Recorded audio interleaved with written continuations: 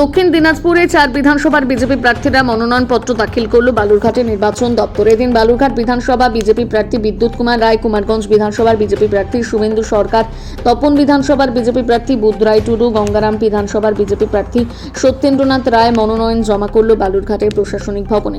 বৃহস্পতিবার 4 বিধানসভার প্রার্থী এবং বিজেপি জেলা নেতৃত্ব সহ নির্বাচন কমিশনের বিধি মেনে প্রার্থীগণ নির্বাচন দপ্তরে মনোনয়ন জমা দেয়।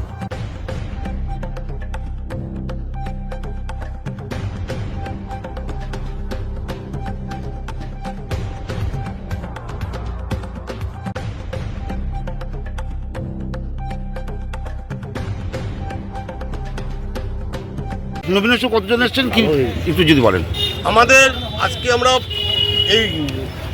এখানে 4টি নমিনেশন আমরা করব। গঙ্গারামপুর, কুমারগঞ্জ, বালুরঘাট এবং তপন। আমরা 12টার আগেই সবাই ঢুকবো, আর পরবর্তীতে আমরা র্যালি করব। আমাদের তপনের বিধায়ক বুধ রায় টুডু আমাদের সঙ্গে আছেন, বালুরঘাটের আমাদের প্রার্থী আমাদের বিদ্যুৎ কুমার রায়, আমাদের শুভেন্দু তো আগেই ঢুকেছে, আপনারা দেখেছেন। সত্যেন্দা পিছনে আসছে, আমাদের সত্যেন্দ্রনাথ গঙ্গারামপুরের।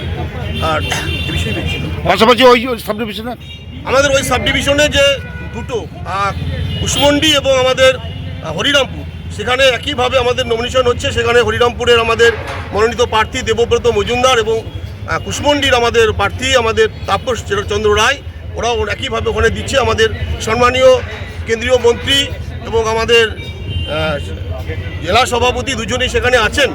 ওখানে আমাদের নমিনেশন চলছে, আর এর পরবর্তীতে আমরা নমিনেশন দিয়ে আমরা র্যালি করবো। সেখানে আমাদের সম্মানীয় কেন্দ্রীয় মন্ত্রী ডক্টর সুকান্ত মজুমদার ছাড়াও এবং রাজ্য নেতৃত্বরা থাকবেন। আজকে আপনাদের সেকেন্ড হাফে দেওয়ার কথা ছিল নমিনেশন, প্রথম হাফে মূলত তৃণমূলের দেওয়ার কথা ছিল, হঠাৎ করে চেঞ্জ করা হলো কেন?